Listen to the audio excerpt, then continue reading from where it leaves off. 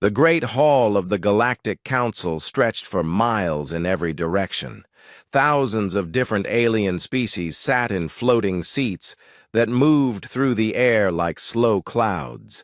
Some had wings, others had tentacles, and many looked nothing, like anything found on Earth. The air smelled of strange gases that each species needed to breathe. Ambassador Dong-Wu stood at the center of it all. He was a small human compared to most of the aliens around him. His black hair was neat, and he wore the simple blue uniform of Earth's diplomatic corps. In his hands, he held a data pad that contained humanity's first request to join the Galactic Council. The humans had only been in space for 200 years. They had built colonies on 12 worlds and could travel faster than light, but they were still very young compared to the other species. Most of the aliens in the hall had been traveling between stars for thousands of years. "Honored members," Dong-Wu said, his voice carried by translators to every seat in the hall. "Humanity requests membership in this great council. We offer our friendship and our knowledge to all peaceful species." A low rumble came from the Vethtar section. These aliens looked like living crystals, tall and sharp, with light dancing through their bodies. Their voice sounded like wind through caves when they spoke. "The humans are too young," the Vethtar elder said. "They have not proven themselves worthy. They still fight wars on their own world." From another section, a Morlan floated forward. These beings lived in gas and looked like living clouds with eyes. Their voice was soft, like whisper. "There are concerns about the humans," the Morlan said carefully. "Old records speak of warnings, ancient rules that must not be forgotten." Many of the younger species laughed at this. The Krelvak delegation made the loudest noise. They were large, powerful aliens with thick gray skin and 4 arms. Their leader, Fleet Commander Velhan, stood up from his seat. "Old rules!" Velhan's voice boomed across the hall. "Superstitions from dead civilizations! Look at them!" He pointed at Dong-Wu with one of his 4 arms. "They are small, weak, with no claws or armor. Their ships are slow, and their weapons are simple. What could they possibly do to threaten anyone?" The Krelvak were masters of war and conquest. They ruled over 1,000 worlds and were feared throughout the galaxy for their great hunt. This was their tradition of capturing other species and hunting them for sport. Many species had learned to stay far away from Krelvak space. An old Zenthari delegate tried to speak. The Zenthari were an ancient race that looked like walking trees with silver bark. They had been in space longer than almost anyone else. "The archives speak clearly," the Zenthari said in a voice like creaking wood. "There was a rule written long ago. It says, 'Never hunt the humans.'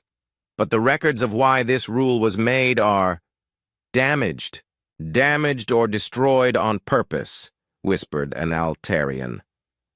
These aliens looked like large insects with beautiful colored wings. "Some knowledge is too dangerous to keep," but the Krelvak laughed louder. "Hunt the humans?" Velhan said with amusement. "Look at this one. He would not last 5 minutes on a hunting world. His species makes no sense as prey. They have no speed, no strength, no natural weapons. They would die too quickly to be interesting." Dong-Wu listened to all of this without changing his expression. He had been trained for this moment. Earth's leaders knew that many species would see humans as weak, but he also heard something else in the voices of the older species. It was not contempt. It was fear. The vote was delayed, as always happened with the Galactic Council. The different species would need time to discuss and argue before making a decision. Dongwu was given quarters on the council station and told to wait. That night, as he sat in his small room looking out at the stars, Dongwu received a message on his personal communicator. It was from an unknown sender, but the encryption was very old and very sophisticated. Human ambassador, the message began. You must warn your people.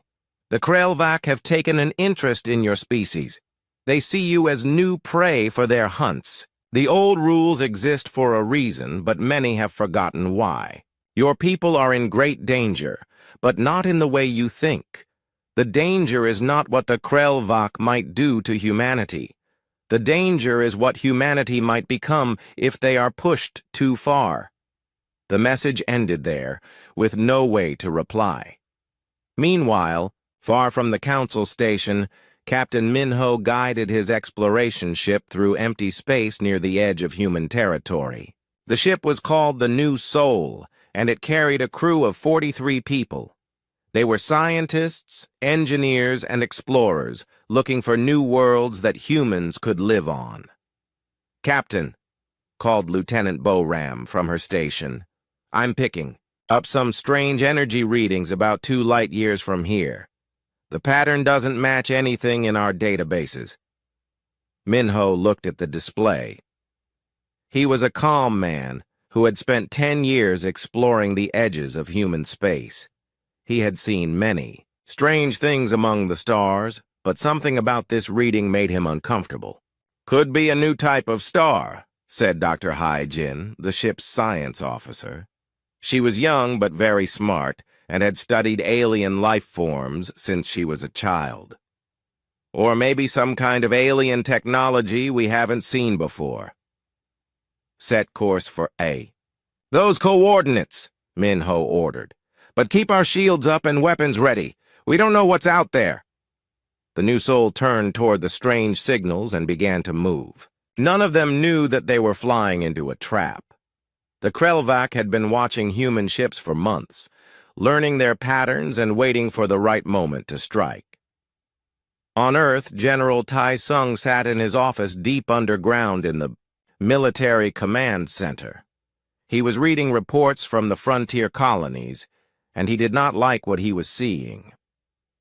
3 human ships had disappeared in the last month. All of them had been exploring empty space near the edges of human territory. Admiral, he called to his assistant, a young woman named Lieutenant Su Jin. Get me Admiral Jiwoo on the secure channel. We need to talk about these missing ships. General Tai Sung was an old soldier who had fought in the last war between human colonies. He knew the signs of trouble, and these missing ships felt like the beginning of something bigger, something dangerous. Admiral Jiwoo appeared on the screen a few minutes later. She was the head of the human colonial defense fleet, and she looked tired. General, she said, I was about to call you. We just lost contact with another ship, the New Soul, Captain Minho commanding. They were investigating some strange energy readings near the rim. Tai Sung felt his stomach tighten. 4 ships now. That was not random bad luck. That was enemy action. Admiral, I want you to start moving our patrol ships toward the rim territories. Something is hunting our people out there. Far away in Krelvak space, Fleet Commander Velhan watched the recording of the Galactic Council meeting again. He laughed every time he saw the small human ambassador standing before all those powerful alien species. Such weak little creatures, he said to his hunting master, Sub-Commander Draklon. They will make perfect prey for our noble houses. The young nobles are getting bored with hunting the same species over and over. These humans will be something new and exciting. Commander, Draklon said carefully, the old species seemed worried about something. Maybe we should be careful. Velhan made a dismissive sound. The old species are afraid of everything. They have grown weak with age. Look at the humans. They have no claws, no armor, no speed. They will run and scream and die quickly.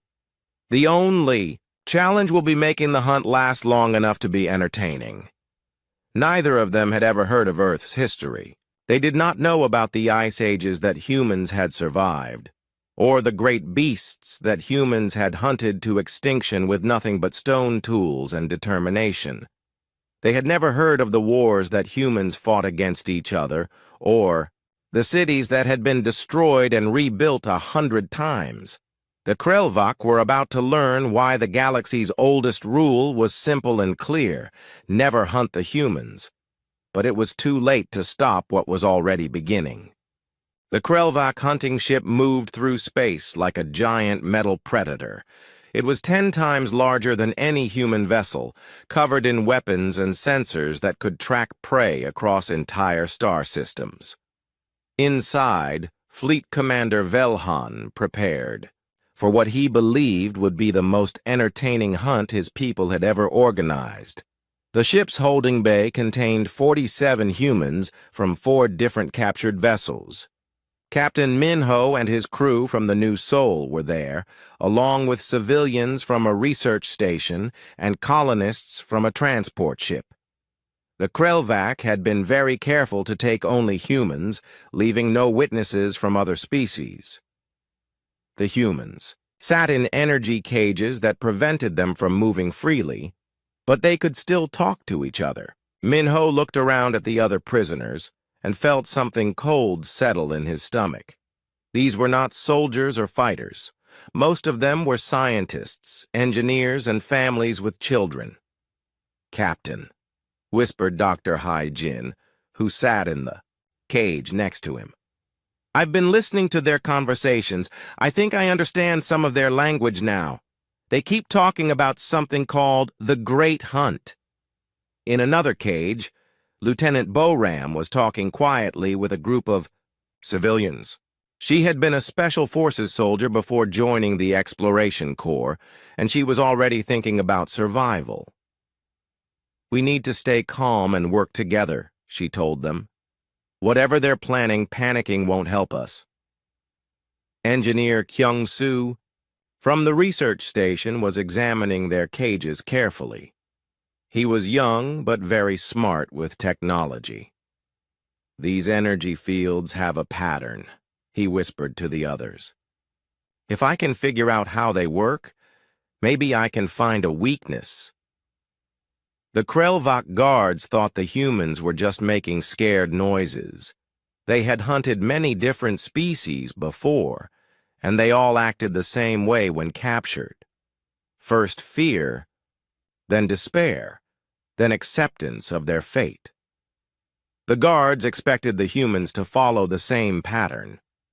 They were wrong. After 2 days of travel, the Krelvak ship arrived at a planet called Kethmore.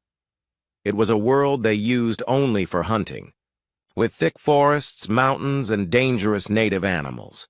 The planet had no cities or technology, just the basic shelters where the hunters could rest between hunts. Sub-Commander Draklon stood before the human prisoners and spoke in their language. The Krelvak had studied human communications enough to talk to them. "Welcome to your new home," Draklon said with what he thought was a frightening smile. "This planet will be where you spend the last days of your lives. We will give you basic tools and weapons. You will have 12 hours to hide anywhere you wish on this world. Then the great hunt begins." The Krelvak expected the humans to cry or beg for mercy. Instead, Captain Minho stood up as much as his cage would allow. "What kind of weapons?" Minho asked calmly. Drakalon was surprised by the question. Most prey species asked why this was happening or pleaded for their lives. "Simple tools," he answered. "Knives, rope, basic survival equipment. Nothing that could truly threaten a Krelvak hunter." "And the rules of this hunt?" asked Lieutenant Boram. Her voice was steady and professional, like she was asking about a training exercise. "Rules?" Draklon laughed. "There is only one rule. Try to survive as long as possible. The longer you live, the more entertaining the hunt becomes for our noble families. Dr. Hye-jin raised her hand. Are we allowed to work together, or must we hunt alone? The questions confused the Krelvak. Prey was supposed to be afraid, not asking for technical details like they were planning something, but Draklon answered anyway. You may do whatever you wish. It will not matter in the end. When the energy cages were finally opened, the humans were transported down to the planet's surface. They were given exactly what had been promised: simple knives, some rope, basic tools for making fire and shelter. The weapons were designed to be just barely useful, enough to make the hunt interesting, but not enough to be truly dangerous. The Krelvak dropped them in a large clearing surrounded by thick forest. The trees were huge and old, with branches that blocked out most of the sunlight. Strange sounds came from deeper in the forest, and the humans could smell the scent of unknown animals. Remember, Draklon announced from his hovering transport, you have 12 hours before the first hunting party arrives. Use that time wisely. Try to run far and hide well. It will make the hunt more fun for everyone. The transport flew away, leaving the humans alone in the wilderness. For a few moments, nobody moved. Then Captain Minho stepped forward and looked around at the other survivors. Is anyone hurt? He asked. A few bruises, nothing serious, reported Dr. Hye-jin, who was checking on the civilians. Good. Minho's voice was calm and controlled. Boram, I need you to assess our tactical situation. Kyung-soo, start looking at the equipment they gave us. Hee-jin, examine the local environment and tell me what we're dealing with. The other. Humans began moving immediately, following orders like they were still on a ship. The Krelvak had expected them to scatter in panic or huddle together in fear. Instead, they organized themselves into teams within minutes. Lieutenant Boram climbed one of the nearby trees to get a better view of the area. She had trained for survival situations, but never anything like this. Still, training was training. Forest extends in all directions, she called down quietly. I can see some rocky hills to the north and what looks like a river valley to the east. No signs of technology or civilization. Engineer Kyung-soo was examining the tools they had been given. These knives are simple but well made, he reported. The rope is strong. They also gave us some basic fire-starting equipment and a few metal containers. He paused, thinking. Captain, with the right modifications, some of this could be turned into other things.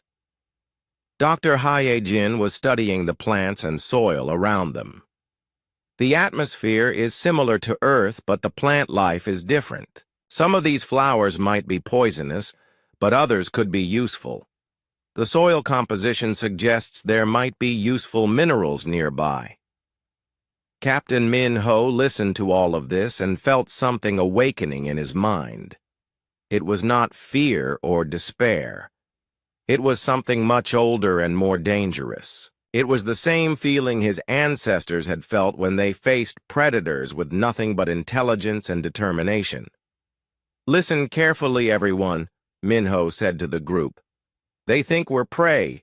They think we'll run and hide and wait to be hunted down one by one. They're wrong. He looked around at the faces watching him. There were scientists, engineers, colonists, even some children. But there was something in their eyes that the Krelvak had not expected to see. It was not fear. It was anger. We're not going to run, Min-ho continued. We're not going to hide. We're going to do what humans have always done when something tries to hunt us. We're going to hunt it back. The words seemed to change something in the air around them. Dr. Hye-jin found herself thinking about Earth's history, about how humans had faced ice ages and giant predators and somehow survived. Engineer Kyung-soo was already planning how to turn their simple tools into weapons. Lieutenant Bo-Ram was studying the terrain and thinking about ambush points. "They gave us 12 hours, Minho said. "Let's use them well." Meanwhile, on the Krelvak hunting ship orbiting above the planet, the noble families were preparing for their entertainment. They had brought their finest weapons, their most experienced guides, and their best recording equipment. This hunt would be filmed and sold throughout the galaxy as premium entertainment. Young Lord Kethvar was especially excited. This would be his first major hunt, and humans were supposed to be perfect prey for a beginner. Weak enough to catch, but smart enough to make the hunt interesting. "Father," he asked Fleet Commander Velhan, "how long do human hunts usually last?" "Most prey species are caught within the first day," Velhan replied. "The smart ones might last 2 or 3 days if they're very lucky. But don't worry, son. There are enough humans down there to give all our hunters plenty of practice." Neither of them noticed that the humans had not scattered into the forest, like other prey species. Instead, the monitoring system showed them staying together and moving with purpose toward the rocky hills. The Krelvak thought this was just confusion and fear. They had no idea that the humans were preparing something that would change the nature of the hunt forever. Down on the planet, the humans worked through the night. They did not try to hide or run away. Instead, they built something that no prey species had ever built before. They built a fortress, and they began to plan their own hunt. The first Krelvak hunting party descended to the planet's surface exactly 12 hours after the humans had been released. Lord Kethvar led 5 experienced hunters, all carrying advanced energy weapons and tracking equipment. They expected to find scattered, frightened humans hiding in the forest. Instead, they found something impossible. The humans had not run away. In the rocky hills where Dr. Hae-jin had suggested they go, the humans had built a defensive position that looked like it had been made by trained military engineers. They had moved huge stones to create walls, dug trenches in exactly the right places, and positioned themselves where they could see anyone approaching from any direction. "This is not possible," muttered Hunter Velkoth, one of the most experienced Krelvak warriors. Prey animals do not build fortifications. They run and hide. Lord Kethvar was young and eager to prove himself. "It does not matter what they build. We have energy weapons and armor. They have only primitive tools." The hunting party approached the human position carefully, expecting the humans to panic when they saw the advanced Krelvak weapons. Instead, something very different happened. The humans had been waiting for them. Engineer Kyung-soo had spent the night studying the Krelvak equipment they had been given and the materials available on the planet. He discovered that the metal containers, when filled with certain plant materials that Dr. Hae-jin had identified, could create small explosions. The rope could be used to make traps. Even the simple knives could be attached to long wooden poles to make spears. But the most important discovery was made by Dr. Hae-jin. She had studied the recordings of Krelvak voices and realized something crucial about their biology. Their hearing was much more sensitive than human hearing, and certain high-pitched sounds caused them pain and confusion. When the first hunting party came within range, the humans put their plan into action. It began with sound. The humans had made simple whistles from hollow plant stems, and when they all blew them at the same time, the noise was terrible for Krelvak ears. The hunters stopped and covered their hearing organs, stumbling and confused. Then came the explosions. Kyung-soo's improvised bombs went off around the hunting party. not powerful enough to kill the armored Krelvak, but strong enough to knock them down and damage their equipment. Finally came the humans themselves. Lieutenant Boram led the attack, moving with the training that had made her one of Earth's best Special Forces soldiers. But she was not alone. Behind her came Captain Minho, Dr. Hee-jin, Engineer Kyung-soo, and even civilians who had never fought before in their lives. They moved like they had trained together for years, each person knowing exactly what to do. The Krelvak hunters had never faced anything like this.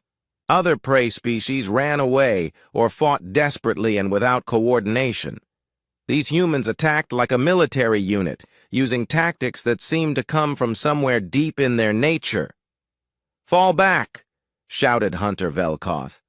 But it was too late. The humans had surrounded them, moving through the rocks like they had been born in this terrain. Their weapons were simple, but they used them with deadly skill. Young Lord Kethvar tried to use his energy weapon, but a human had thrown something sticky over his helmet, blocking his vision. When he tried to remove it, strong human hands grabbed his weapon and turned it against his own hunting party. The battle lasted only 20 minutes.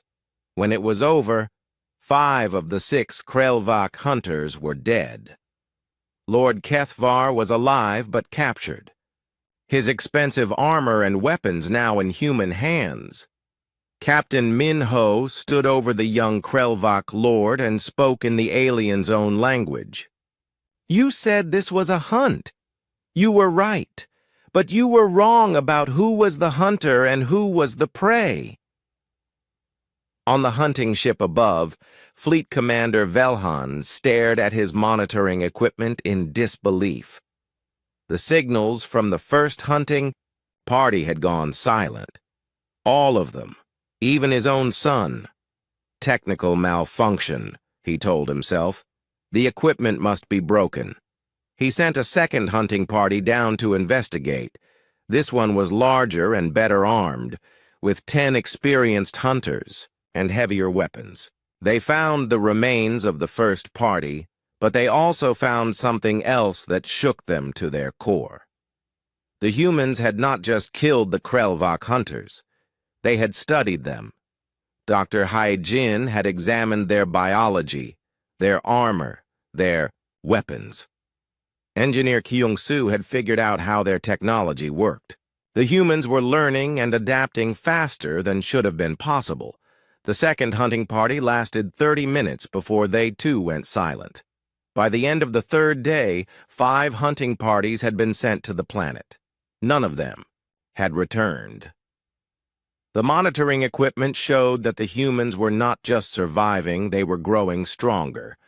They had taken Krelvak weapons and armor. They had learned to use alien technology. Worst of all, they had started carving strange symbols into the trees around their fortress. Sub-Commander Draklon studied these symbols and felt something cold in his stomach. "Commander," he reported to Velhan, "these markings are not random. They appear to be some kind of communication system. The humans are sending messages to each other." "Messages about what?" Velhan demanded. "Tactical information, sir. Locations of our landing sites, weaknesses in our equipment, patterns in our attack strategies. They are learning everything about us and sharing that knowledge. For the first time since the hunt began, Fleet Commander Velhan felt something he had never experienced while hunting prey. He felt afraid.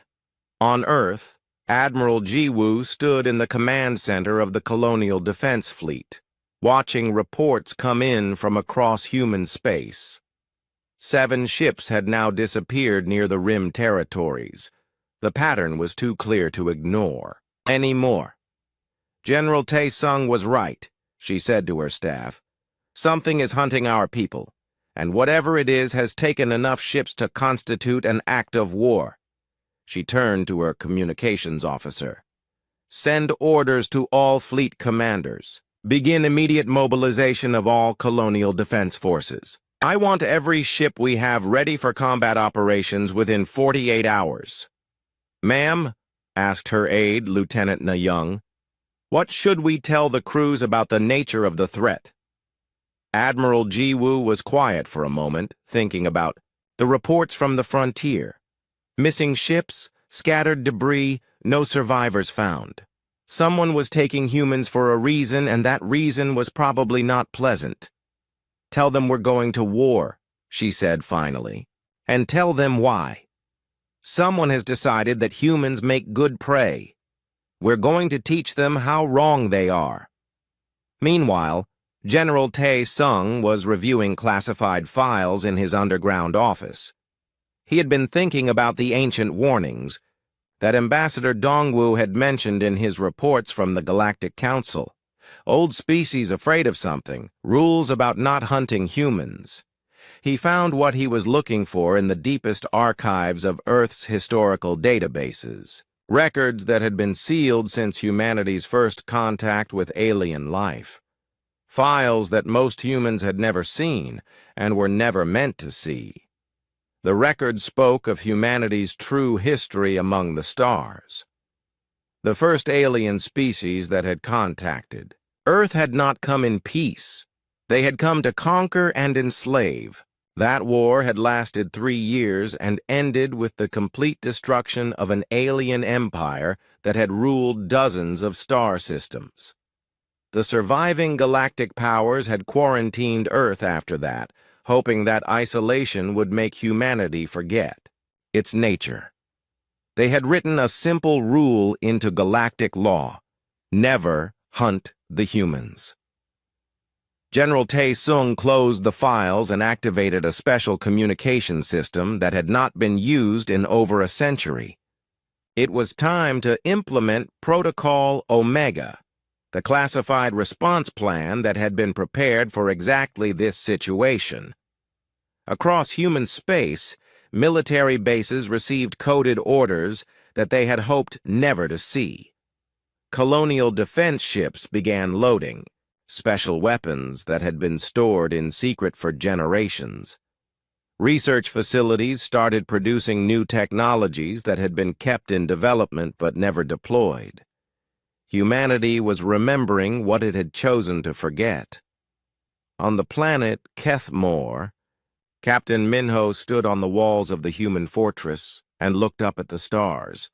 He could see the lights of the Krelvac ship orbiting above, and he knew they were planning something bigger than hunting parties.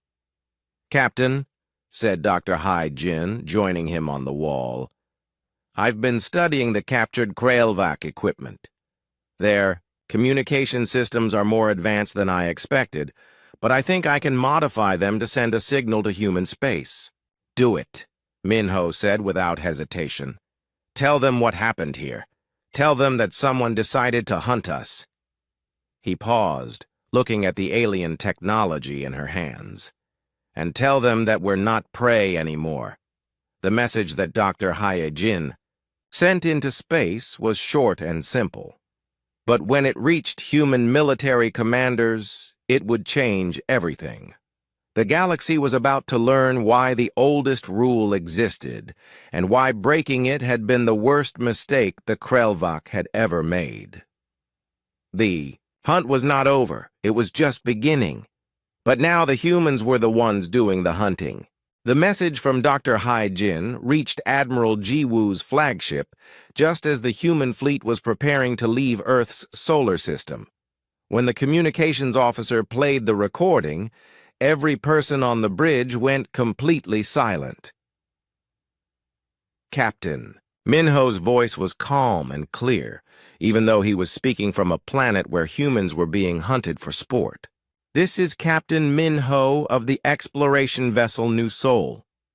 We have been captured by an alien species called the Krelvac and taken to a planet for what they call the Great Hunt. They think we are prey. They have killed and captured humans from multiple ships. We have 47 survivors on this planet, and we are fighting back. Send help, but more importantly, Send weapons. We have work to do. Admiral Jiwoo listened to the message 3 times before she spoke. When she finally gave her orders, her voice was cold as space itself. "Change our destination," she said to the navigation officer. "Plot a course for the coordinates in that transmission. Maximum speed." "Ma'am," asked her tactical officer, Commander Seung-jun, "what are our rules of engagement?" Admiral Jiwoo looked around the bridge at her officers. These were good people who had joined the fleet to explore space and protect human colonies. They had never expected to fight a war against aliens who hunted humans for entertainment. "There are no rules," she said quietly. "Find every Krelvak ship, every Krelvak base, every Krelvak world. Destroy them all. No prisoners, no negotiations, no mercy." The fleet that left human space was unlike anything that had ever been seen in the galaxy. Admiral Jiwoo commanded 200 military ships, but that was only the beginning. Corporate fleets joined the Armada, bringing mining ships converted to carry weapons and cargo vessels loaded with supplies. Even civilian ships volunteered for the mission, their crews demanding the right to fight against the aliens who had hunted their people. Behind them came the research ships. Dr. Yanwoo, humanity's leading expert on alien cultures, worked with teams of scientists to study everything they could learn about the Krelvak. They analyzed captured communications, studied alien technology, and prepared weapons specifically designed to counter Krelvak advantages. But the most important ships in the fleet were the ones that carried Protocol Omega equipment. These were weapons and technologies that humanity had developed in secret based on lessons learned from their first contact with hostile aliens centuries ago. They had hoped never to use these tools, but the galaxy had forced their hand. On the planet Kethmore, the situation had changed completely. The Krelvak had stopped sending small hunting parties and started deploying military forces. They brought heavy weapons, armored vehicles, and experienced soldiers instead of sport hunters. It did not matter. Captain Minho's fortress had grown into something that impressed even Lieutenant Boram, who had trained at Earth's best military academies. The humans had not just survived, they had adapted and evolved their tactics faster than the Krelvak could respond. Engineer Kyung-soo had reverse-engineered Krelvak technology and created weapons that the aliens had never expected to face. Dr. Hee-jin had studied Krelvak biology so thoroughly that she could predict how they would react to different attacks.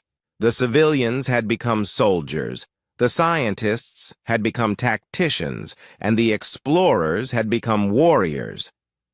But it was the psychological effect that truly terrified the Krelvak forces. The humans fought like they had been born for war. They used tactics that seemed to come from deep in their genetic memory, strategies that no young species should have known. When Krelvak soldiers found their camps destroyed and their equipment turned against them, they discovered strange human symbols carved into nearby trees. But these were not random markings. They were tactical communications that showed the humans had turned the entire planet into their hunting ground. Sub-Commander Draklon reported to Fleet Commander Velhan from the planet's surface, his voice shaking with something the Krelvak rarely felt: fear. "Commander, we have lost 60% of our ground forces. The humans are not fighting like prey. They are fighting like hunters. Elite hunters. They know things about warfare that they should not know." "What kind of things?" Velhan demanded. "Ambush tactics from the deep forest. Urban warfare techniques adapted for wilderness combat. Psychological operations designed to break enemy morale. Sir, these are not the simple exploration crews we captured. Either they were soldiers pretending to be civilians or what? Draklon was quiet for a moment. Or every human is a potential soldier, sir. Every single one of them. Fleet Commander. Velhan cut the communication and called an emergency meeting of the Krelvac noble houses. Something had gone very wrong with their hunt, and he needed to understand what they were really dealing with. In the Great Hall of the Krelvac flagship, representatives from the most powerful hunting families gathered to discuss the crisis. They had lost more hunters in 5 days than they usually lost in 5 years. The humans had not only survived, they had turned the hunt around completely. "This is impossible," declared Lady Morthak, head of one of the oldest hunting houses. "No prey species fights back this effectively. What are these humans?" An old Krelvac archivist named Sektar slowly approached the center of the hall. He was very ancient, even by Krelvac standards, and he carried data crystals that contained records from the early days of their civilization. "Honored nobles," Sektar said in a voice that creaked with age. "I have been researching the Galactic Archive since this hunt began. I have found references to these humans in very old records. Very old warnings." "What warnings?" "Fleet Commander," Velhan asked. Sektar activated his data crystals, and holographic displays filled the hall with text written in ancient languages. "There was a species that contacted the humans long ago, before most current civilizations achieved spaceflight. That species believed the humans would make perfect slaves. They had superior technology, larger ships, more advanced weapons." "What happened to them?" Lady Morthak asked, though she already feared the answer. "They no longer exist," Sektar said simply. "The war lasted 3 years. When it ended, every world of that empire was empty. Every ship was destroyed. Every member of that species was dead. The survivors of other civilizations were so terrified that they quarantined the human homeworld and wrote a simple rule into galactic law." "What rule?" Velhan asked, though he was beginning to understand. "Never hunt the humans." The hall went completely silent. The Krelvac nobles looked at each other with growing horror as they realized what they had done. They had not just captured a few exploration crews. They had declared war on a species that had completely destroyed their first alien enemy. Meanwhile, across the galaxy, other alien civilizations were beginning to receive disturbing reports. Human military fleets were moving toward Krelvac territory, with weapons and tactics that seemed far too advanced for such a young species. The humans were not just going to rescue their captured people, they were going to war. The Galactic Council held an emergency session, but the ancient species who remembered the old warnings were too afraid to speak clearly. They tried to send diplomatic messages to the human fleet, offering to mediate the conflict. Admiral Jiwoo received these messages as her fleet approached Krelvac space. Her response was broadcast to every government in the galaxy. "The Krelvac have chosen to hunt humans for sport. They have captured our people, killed our crews, and treated us like animals. This ends now. Any species that interferes with our response will be considered an enemy. Any species that has purchased human hunting footage will be investigated. Any species that has supported the Krelvac in any way will face consequences." The message was delivered in perfectly calm, professional language, but every alien government that received it understood the real meaning. Humanity was no longer the peaceful species that had requested membership in the Galactic Council. They had become something else entirely. On Earth, General Tae Sung watched the fleet reports and felt a mixture of pride and sadness. Protocol Omega was working exactly as designed, but he had hoped humanity would never need to use it. "Sir," asked his aide, Lieutenant Su Jin. "How long do you think this war will last?" General Tae-sung looked at the tactical displays showing human forces moving through space with deadly efficiency. "Lieutenant, this is not going to be a war. Wars happen between equals. This is going to be an extermination." The galaxy was about to learn that the oldest rule had not been written to protect humans from alien predators. It had been written to protect alien predators from humans, and the Krelvak had just learned why. The first battle between the human fleet and the Krelvak Empire lasted exactly 18 minutes.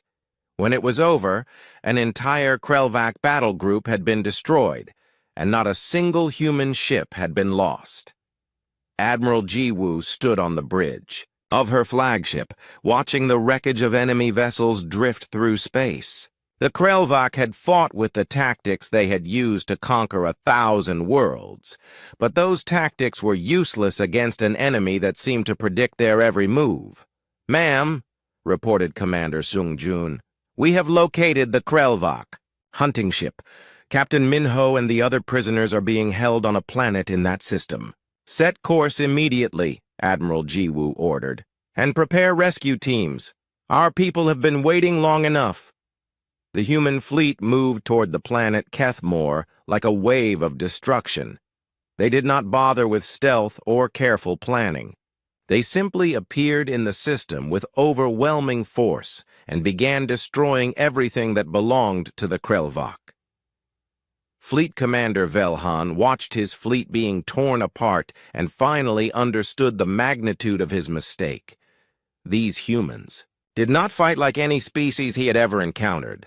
They anticipated his strategies, countered his weapons, and adapted to new situations faster than should have been possible. "All ships retreat," he ordered desperately. "Abandon the hunting grounds. We will regroup at the homeworld." But it was too late. Human ships had surrounded the planet, and there was nowhere to run. On the surface of Kethmore, Captain Minho received a message on the Krelvak communication equipment that Dr. Haijin had modified. It was Admiral Jiwoo's voice, speaking in clear Korean. "Captain Minho, this is Admiral Jiwoo of the Colonial Defense Fleet. We are here to bring you home." Minho looked around at the other human survivors. They had been fighting for 8 days, turning a hunting preserve into their fortress, and proving that humans were not prey for anyone. Now their own people had come to finish what the Krelvak had started. "Admiral," Minho replied, "we are ready for extraction. But there is something you need to know. We have learned things about the Krelvak that will be useful for what comes next." "What comes next?" Admiral Jiwoo asked. Minho looked up at the sky, where he could see the lights of burning alien ships. "What comes next is making sure this never happens to any human again. Ever." The rescue of the human prisoners was swift and efficient. But when the survivors were brought aboard the flagship, Admiral Jiwoo realized that something had changed. In them. They were not traumatized victims waiting to be saved. They were warriors who had proven themselves in battle and were ready to continue the fight. Dr. Haijin handed over detailed reports about Krelvak biology, technology, and military tactics. Engineer Kyung-soo provided technical specifications for weapons and equipment that could be used against alien forces. Lieutenant Boram gave tactical assessments that impressed even the most experienced human military commanders. But it was Captain Minho who delivered the most important intelligence. "Admiral," he said, "the Krelvak have been hunting sentient species for centuries. They have recordings of hunts involving dozens of different alien races. This is not just about what they did to us. This is about what they have been doing to others for generations." Admiral Jiwoo felt something cold settle in her stomach. "How many species?" "At least 30 that we could identify from their records. Some of them are extinct now. The Krelvak hunted them until there were none left. The Admiral was quiet for a long moment. Then she activated the fleet communications system that would carry her voice to every human ship in the Armada. All ships. This is Admiral Ji Woo. Our mission has changed. We are not just here to rescue our people or to punish the Krelvak for hunting humans. We are here to end their empire completely. No Krelvak world will be left inhabited. No Krelvak ship will be allowed to escape. They have been hunting and killing sentient beings for centuries, and today that ends forever. The war that followed was not really a war at all. It was a systematic extermination carried out with clinical efficiency. Human fleets appeared at every Krelvak world simultaneously, using coordination and tactics that terrified other galactic civilizations who were watching. The Krelvak tried to surrender after losing half their territory in the first week. Admiral Ji Woo's response was broadcast across the galaxy. You do not surrender to prey. You run from predators until they catch you. On Earth, General Tae-sung coordinated the overall campaign from his underground command center. Reports came, in every hour showing the systematic destruction of Krelvak civilization. But he also received more disturbing intelligence. Sir, reported Lieutenant Sujin, our investigators have found evidence that other species knew about the Krelvak hunting operations. Some of them purchased hunting footage as entertainment. Others provided equipment and supplies. General, Tae-sung studied the list of species that had supported the Krelvak in various ways. It was longer than he had expected, and it included some governments that had pretended to be friendly to humanity. Begin Phase 2 operations, he ordered. I want task forces sent to every species on that list. They need to understand that there are consequences for treating humans like prey. Across the galaxy, human fleets began appearing at alien worlds that had thought themselves safe. They did not attack immediately. Instead, they delivered simple messages to the local governments. Captain Dae-ho, commanding one of these task forces, delivered the standard message to the Jakor hegemony.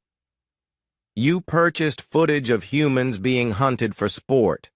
You treated the suffering of our people as entertainment. You have 24 hours to surrender every individual who was involved in these purchases and to pay reparations to the families of the victims. If you refuse, we will consider you to be enemies of humanity. Most species surrendered immediately. They had seen what happened to the Krelvak, and they had no desire to face human military forces in battle. But a few, like the Jakor hegemony, believed their advanced technology would protect them. They were wrong. The Jakor were energy-based beings who had never been defeated in battle because most species could not develop weapons that worked against their unique physiology. But Dr. Yan Woo's research teams had studied every known alien species and developed specific countermeasures for each one. Colonel Sung Jun's Marines deployed weapons that disrupted energy patterns in ways the Jakor had never experienced. The hegemony lasted 3 weeks before surrendering unconditionally. Within 6 months, the Krelvak Empire was completely extinct. Every world had been sterilized, every ship destroyed, every member of the species eliminated. Other civilizations that had supported the hunting operations had either surrendered or been conquered. The galaxy watched in terror as humanity demonstrated that they had not forgotten how to hunt. They had simply learned to hunt among the stars. The Galactic Council called an emergency session to address the crisis, but when Ambassador Dong-Woo arrived, he was no longer requesting membership. He was announcing humanity's new position in galactic affairs. The old Galactic Council failed to enforce its own laws, Dong-Woo said calmly. You knew about the rule against hunting humans, but you allowed it to be broken. You knew about the Krelvak hunting operations, but you did nothing to stop them. Your failure to act made you complicit in the crimes committed against our people. The ancient species in the council hall listened with growing fear as Dong-Wu continued. Humanity will now take responsibility for maintaining order in the galaxy. A new council will be formed with humanity as its head. New laws will be written and enforced. Any species that threatens human life or treats any sentient being as prey will face the same fate as the Krelvak. And if we refuse? Asked a Vethtar elder, their crystalline voice shaking with anger and fear.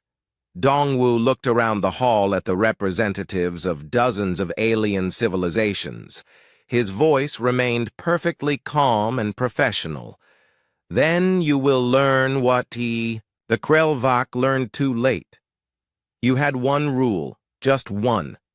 You broke it, and now you understand why it existed. We are not conquerors.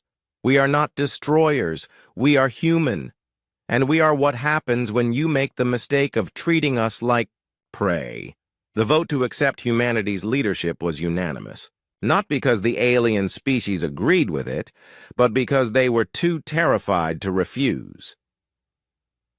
In the months that followed, the galaxy discovered what peace under human protection looked like. Species that had been victims of the Krelvak hunts were given support and reparations. Governments that had supported the hunting operations were replaced with new leaders who understood the new rules. The hunting of sentient beings was banned throughout the galaxy, with human forces enforcing the prohibition. Any species that violated this law simply disappeared quickly and completely. Dr. Hai Jin, now director of Humanity's Xenobiology Division, established monitoring systems that could track any known alien species across galactic distances. There was nowhere to hide from human justice. Engineer Kyung-soo led research teams that developed new technologies to keep humanity's military advantage over any potential threats. The gap between human capabilities and alien technology grew larger every year. General Tae-sung retired from active duty but remained as an advisor to the new galactic government. When young officers asked him about the war against the Krelvak,